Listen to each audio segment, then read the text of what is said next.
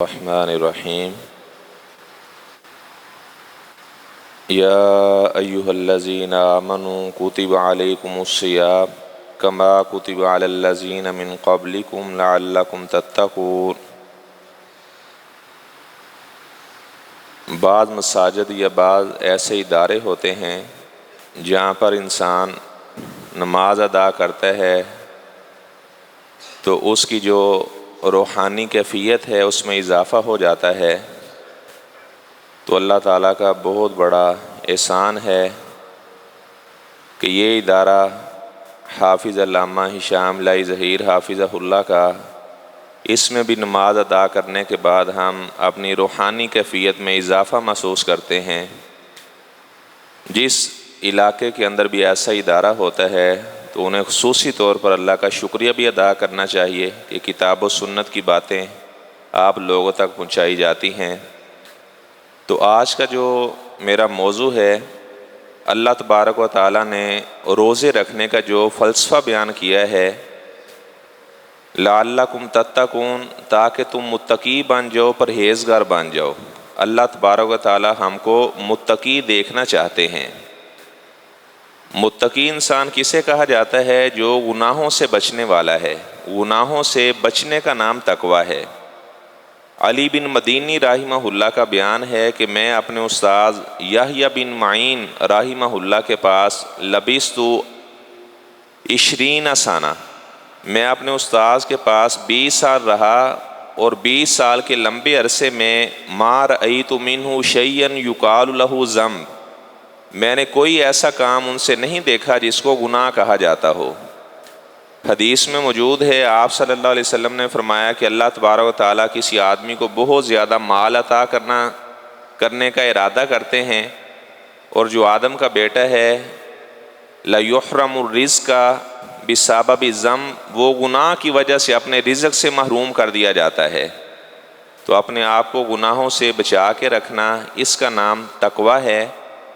اور بعض ایسے بھی اللہ تعالیٰ کی زمین پر متقی انسان آئے تو تقوی کے اندر بے شمار چیزیں شامل ہیں، امانت داری، اور انسان کا ہر معاملے کے اندر اللہ تعالیٰ سے ڈر کر زندگی بسر کرنا۔ بخاری شریف کی روایت ہے، حضرت ابو ہریرہ رضی اللہ تعالیٰ عنہ بیان کرتے ہیں، امام بخاری رحمہ اللہ تعالیٰ نے 1080 اساتذہ سے علم حاصل کیا، اور امام بخاری رحمہ اللہ کے ایک استاد ہیں، ان کا نام ہے محمد بن مسلمہ کانبی رحمہ اللہ تعالیٰ۔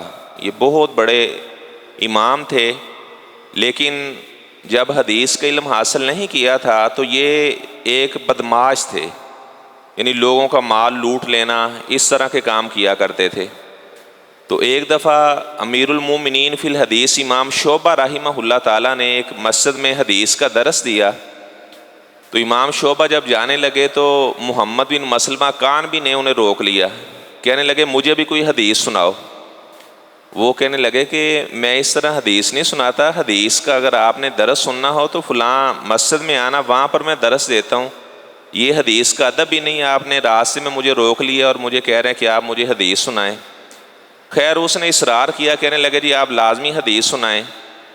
تو امام شعبہ رحمہ اللہ نے ایک حدیث سنائی کہ آپ صلی اللہ علیہ وسلم نے فرمایا اذا لم تستحی فاصنع ما شئت، جب آدمی میں حیا نہ رہے تو وہ جو مرضی کرتا رہے۔ اس ایک حدیث نے محمد بن مسلمہ کانبی رحمہ اللہ تعالیٰ کی زندگی کو بدل کے رکھ دیا۔ بعض ایسے موقع ہوتے ہیں کہ انسان کوئی ایک بات سنتا ہے، اس کی ساری زندگی بدل جاتی ہے۔ تو اس کے بعد انہوں نے حدیث کا علم حاصل کیا، ایسا علم حاصل کیا کہ امام بخاری رحمہ اللہ کے استاد بنے۔ تو امام بخاری رحمہ اللہ نے یہ واقعہ صحیح بخاری میں درج کیا ہے۔ ابو ہریرہ رضی اللہ تعالیٰ عنہ بیان کرتے ہیں، رات کو میں نے درس دیا تو میں نے بتایا کہ حضرت ابو ہریرہ رضی اللہ تعالیٰ عنہ انہوں نے سب سے زیادہ روایات کو بیان کی ہے، 5374 حدیثیں انہوں نے بیان کی ہیں۔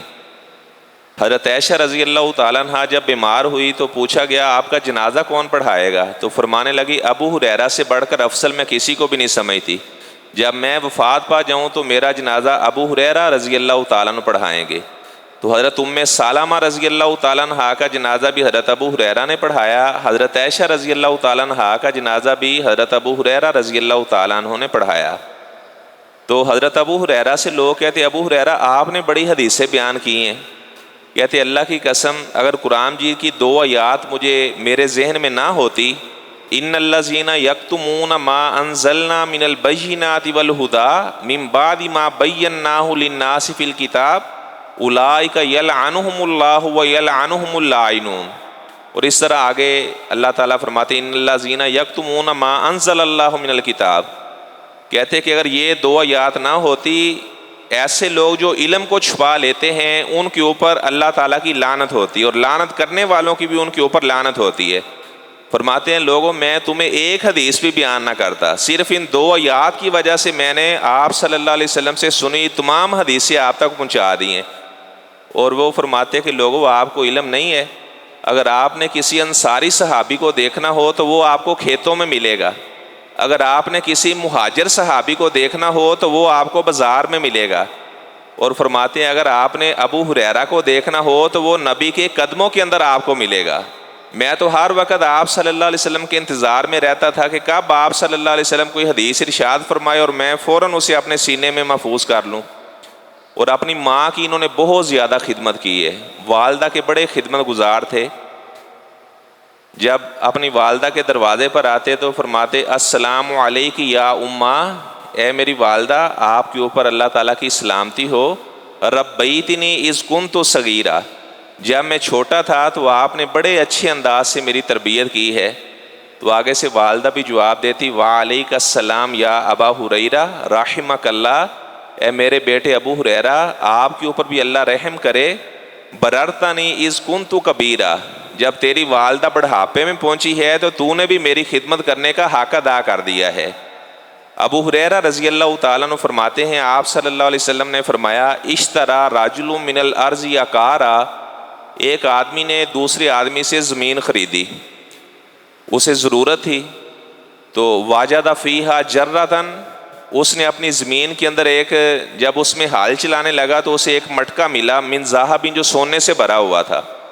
اس نے وہ مٹکا پکڑا اور جس سے زمین اس نے خریدی تھی اس کے پاس آیا، کہنے لگا کہ اشتریت منک الارض ولم اشتری منک الذہب، میں نے تو صرف آپ سے زمین خریدی تھی، آپ سے سونا نہیں خریدا تھا۔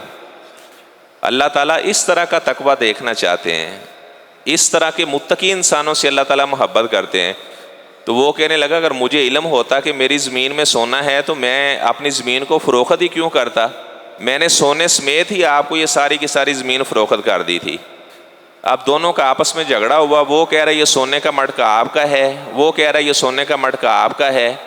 فتحاکما، تو دونوں قاضی کے پاس فیصلہ لے کر گئے، تو قاضی نے کہا کہ آپ میں سے کسی کا بیٹا ہے، جس نے زمین خریدی تھی اس کا بیٹا تھا اور جس نے زمین بیچی تھی اس کی بیٹی تھی۔ تو وہ کہنے لگا کہ بیٹے کا اس کی بیٹی سے نکاح کر دیا جائے اور یہ جو سونے کا مٹکا ہے یہ حق مہر کے طور پر ادا کر دیا جائے۔ تو یعنی کیسا ان کے اندر تقویٰ پایا جاتا ہے۔ آپ دیکھیں ہمارے معاشرے کے اندر چند پیسوں کی خاطر لوگ جھوٹ بولنا شروع ہو جاتے ہیں۔ وہ سونے کے ایک مٹکا، وہ کہہ رہا ہے یہ آپ کا ہے، وہ کہہ رہا ہے یہ آپ کا ہے۔ تو اس طرح کے جو لوگ ہیں جن میں تقویٰ پایا جاتا ہے، پھر اللہ تعالیٰ آسمان سے رحمتوں کو نازل کرتے ہیں، برکات کو نازل کرتے ہیں۔ ایسے امام طبرانی رحمہ اللہ نے ایک واقعہ درج کیا ہے اور امام بہقی رحمہ اللہ تعالیٰ نے بھی وہ واقعہ بیان کیا ہے۔ امام طبرانی رحمہ اللہ کو اللہ تعالیٰ نے 100 سال عمر عطا فرمائی تھی۔ 100 سال امام طبرانی رحمہ اللہ کی عمر تھی۔ 260 ہجری میں پیدا ہوئے ہیں، 360 میں ان کی وفات ہوئی ہے۔ انہوں نے اپنی کتاب میں یہ واقعہ درج کیا کہ عبداللہ بن عمر رضی اللہ تعالیٰ عنہ ایک دن مدینہ طیبہ سے باہر نکلے تو ان کا غلام نافع بھی ان کے ساتھ تھا۔ غلام سے کہنے لگے کہ آپ کھانا تیار کریں۔ غلام نے کھانا تیار کیا۔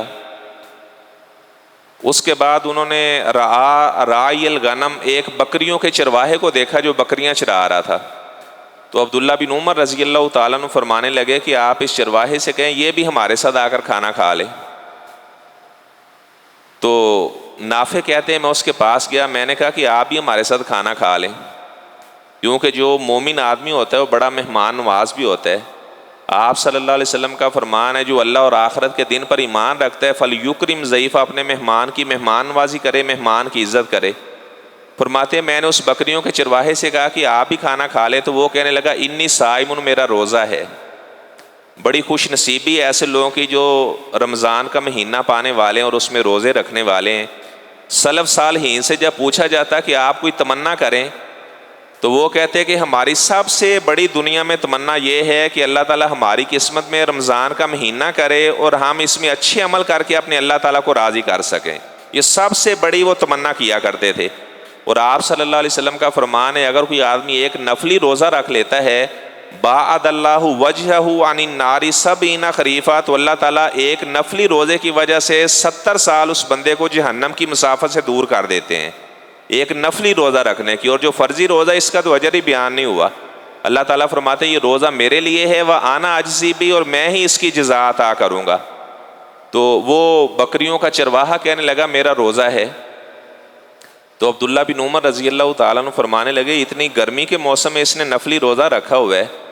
ان کے ذہن میں ویسے خوش طبی آئی، وہ اسے مذاق کرنے لگے، کہنے لگے کہ آپ ایک بکری ہمیں دے دیں۔ تو وہ کہنے لگا کہ یہ بکریاں میری نہیں ہیں، یہ بکریاں میرے مالک کی ہیں۔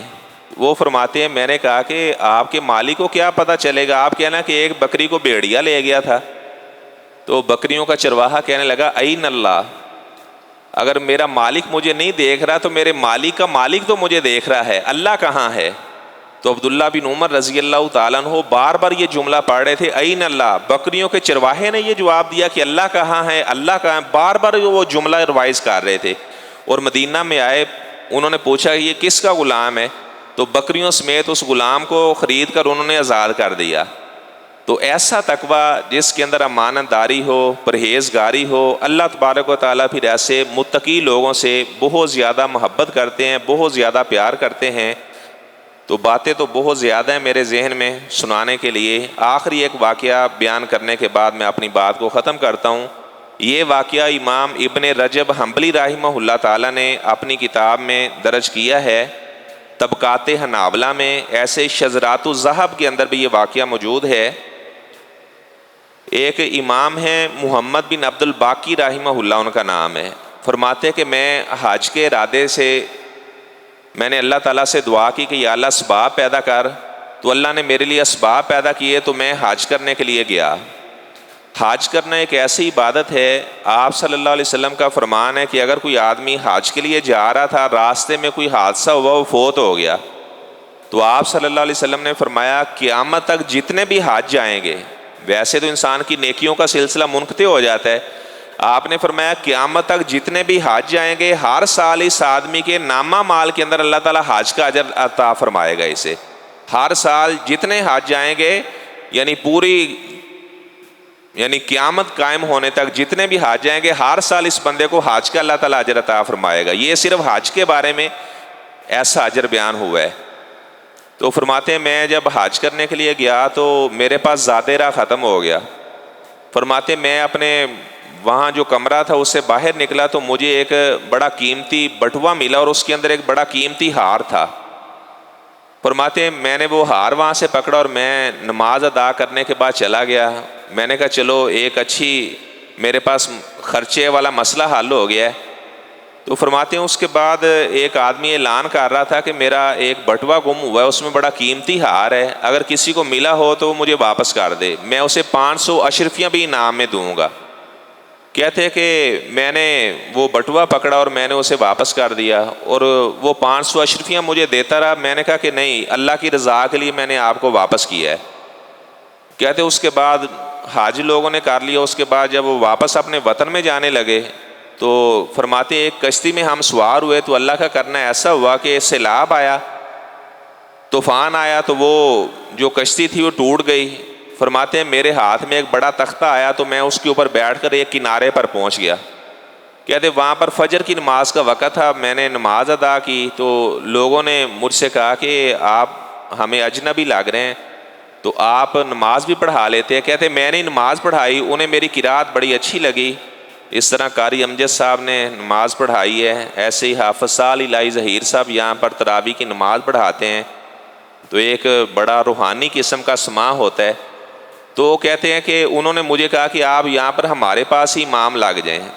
تو فرماتے ہیں کہ میں وہاں پر امام لگ گیا. تو کچھ عرصے بعد مجھے کہنے لگے کہ ہم یہاں پر ایک یتیم اور مالدار لڑکی ہے، اس سے آپ کا نکاح نہ کر دیں. کہتے میں نے کہا ٹھیک ہے، اگر آپ نے نکاح کرنا ہے تو میرا نکاح کر دیں. کہتے انہوں نے وہاں پر ایک یتیم لڑکی سے میرا نکاح کر دیا. فرماتے جب میں اپنی بیوی کے پاس گیا تو میں نے اس کے گلے میں ایک ہار دیکھا. تو میں نے اسے کہا کہ یہ ہار تو میں نے پہلے بھی کہیں دیکھا ہوا ہے.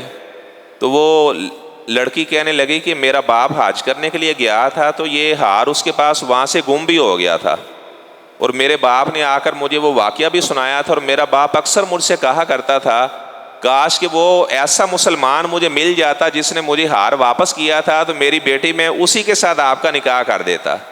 میں نے اس سے بڑھ کر ابھی تک کوئی امانت دار بندہ نہیں دیکھا. تو وہ کہنے لگا کہ میں نے اپنی بیوی سے کہا پھر آپ خوش ہو جو وہ ہار مجھے ہی ملا تھا اور میں نے ہی آپ کے والد کو واپس کیا تھا. کہتے ہیں اس کے بعد اللہ کا کرنا ایسا ہوا میری بیوی وفات پا گئی، اس سے میری اولاد بھی تھی، میرے بچے مجھ سے پہلے فوت ہو گئے، اور وہ وراثت کے طور پر ہار میرے پاس ہی آ گیا. اور فرماتے ہیں کہ یہ لوگوں جتنا میرے پاس مال دیکھ رہے ہو اسی ہار کی برکت سے اللہ نے مجھے مال عطا کیا ہوا ہے. تو اگر کوئی آدمی اللہ تعالیٰ کے لیے تقوی اختیار کرتا ہے تو پھر اللہ تعالیٰ اسے وافر مال بھی عطا کرتے ہیں، اللہ تعالیٰ اسے عزت بھی عطا کرتے ہیں. اگر ایک آدمی نے روزہ رکھا ہوا ہے اسے ذرا پرواہ نہیں، وہ جھوٹ بھی بول رہا ہے، غیبت بھی کر رہا ہے، تو ایسے آدمی کو پھر کوئی اجر عطا نہیں کیا جاتا. آپ صلی اللہ علیہ وسلم نے فرمایا ایسے آدمی کو بھوکا پیاسا اگر وہ رہ رہا ہے تو اللہ تعالیٰ کو کوئی پرواہ نہیں ہے. میں نے درس میں بتایا کہ جب آدمی کسی کو دم کرتا ہے تو جب وہ قرآن مجید پڑھتا ہے تو اس کے لعاب کے اندر شفا پیدا ہوتی ہے، پھونک کے اندر شفا نہیں ہوتی. جو پڑھتا ہے انسان تو اس کے لعاب میں شفا پیدا ہوتی ہے. جب وہ تفس کرتا ہے تو اللہ تعالیٰ مریض کو شفا عطا کرتے ہیں. ابو سعید خدری رضی اللہ تعالیٰ عنہ فرماتے ہیں میں نے جس بیمار کو دم کیا تھا تو میں نے تفس کیا تھا، ایسی پھونک مارنا جس میں ہلکا سا لعاب بھی ہو.